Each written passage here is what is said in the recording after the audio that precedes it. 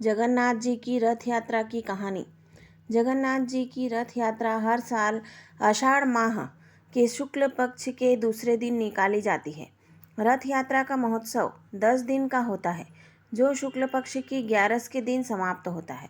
इस दौरान पुरी में लाखों की संख्या में लोग पहुंचते हैं और इस महाआयोजन का हिस्सा बनते हैं। इस दिन भगवान कृष्ण, भाई बलराम व बहन सुभद्रा को रथों में बैठाकर गुंडीचा मंदिर ले जाया जाता है। तीनों रथों को भव्य रूप से सजाया जाता है, जिसकी तैयारी महीनों पहले से शुरू हो जाती है। इस रथ यात्रा से जुड़ी बहुत सी कथाएं हैं, जिसके कारण इस महोत्सव का आयोजन होता है। कुछ लोगों का मानना है कि कृष्ण की बहन सुभद्रा अपने मायके आती है और अपने भाइयों से नगर भ्रमण करने की इच्छा व्यक्त करती है। तब कृष्ण बलराम सुभद्रा के साथ रथ में सवार होकर नगर घूमने जाते हैं। इसी के बाद से रथ यात्रा का पर्व शुरू हुआ। इसके अलावा कहते हैं, गुंडीचा मंदिर में स्थित देवी कृष्ण की मौसी है, जो तीनों को अपने घर आने का निमंत्रण देती है। श्री कृष्ण बलराम सुभद्रा के साथ अपनी मौसी के घर 10 दिन के लिए रहने जाते हैं। श्री कृष्ण के मामा कंस उन्हें मथुरा बुलाते हैं। इसके लिए कंस गोकुल में सारथी के साथ रथ भिजवाता है। कृष्ण अपने भाई बहन के साथ रथ में सवार होकर मथुरा जाते हैं, जिसके बाद से रथ यात्रा पर्व की शुरुआत हुई। कुछ लोगों का मानना है कि इस दिन श्री कृष्ण कंस का वध करके बलराम के साथ अपनी प्रजा को दर्शन देने के लिए बलराम के साथ मथुरा में रथ यात्रा करते हैं। कृष्ण की रानियां माता रोहिणी से उनकी रासलीला सुनाने को कहती है। माता रोहिणी को लगता है कि कृष्ण की गोपियों के साथ रासलीला के बारे में सुभद्रा को नहीं सुनना चाहिए, इसलिए वह उसे कृष्ण बलराम के साथ रथ यात्रा के लिए भेज देती है। तभी वहाँ नारद जी प्रकट होते हैं। तीनों को एक साथ देखकर वे प्रसन्नचित्त हो जाते हैं और प्रार्थना करते हैं कि इन तीनों के ऐसे ही दर्शन हर साल होते रहें। उनकी यह प्रार्थना सुन ली जाती है और रथ यात्रा के द्वारा इन तीनों के दर्शन सबको होते रहते हैं। कहते हैं, श्री कृष्ण की मौत के पश्चात जब उनके पार्थिव शरीर को द्वारिका लाया जाता है, तब बलराम अपने भाई की मृत्यु से अत्यधिक दुखी होते हैं।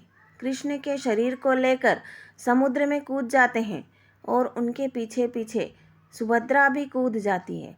इसी समय भारत के पूर्व में स्थित पुरी के राजा इंद्रद्युम्न को स्वप्न आता है कि भगवान का शरीर समुद्र में तैर रहा है, अतः उन्हें यहाँ कृष्ण की एक विशाल प्रतिमा बनवानी चाहिए और मंदिर का निर्माण करवाना चाहिए। उन्हें स्वप्न में देवदूत बोलते हैं कि कृष्ण के साथ बलराम सुभद्रा की लकड़ी की प्रतिमा बनाई जाए और श्री कृष्ण की अस्थियों को उनकी प्रतिमा के पीछे छेद करके रखा जाए। राजा का सपना सच हुआ। उन्हें कृष्ण की अस्थियां मिल गईं, लेकिन अब वह सोच रहा था कि इस प्रतिमा का निर्माण कौन करेगा। माना जाता है कि शिल्पकार भगवान विश्वकर्मा एक बढ़ई के रूप में प्रकट होते हैं और मूर्ति का कार्य शुरू करते हैं। कार्य शुरू करने से पहले वे सभी से बोलते हैं कि उन्हें काम करते वक्त परेशान नहीं किया जाए, नहीं तो वे बीच में ही काम छोड़कर चले जाएंगे। कुछ महीने हो जाने के बाद मूर्ति नहीं बन पाती है। तब उतावली के चलते राजा इंद्रद्युम्न बढ़ई के कमरे का दरवाजा खोल देते हैं। ऐसा होते ही भगवान विश्वकर्मा गायब हो जाते हैं। मूर्ति उस समय पूरी नहीं बन पाती, लेकिन राजा ऐसे ही मूर्ति को स्थापित कर देते हैं। वो सबसे पहले मूर्ति के पीछे भगवान कृष्ण की अस्थियां रखते हैं और फिर मंदिर में विराजमान कर देते हैं। राजसी जुलूस 3 विशाल रथों में भगवान कृष्ण, बलराम और सुभद्रा का हर साल मूर्तियों के साथ निकाला जाता है।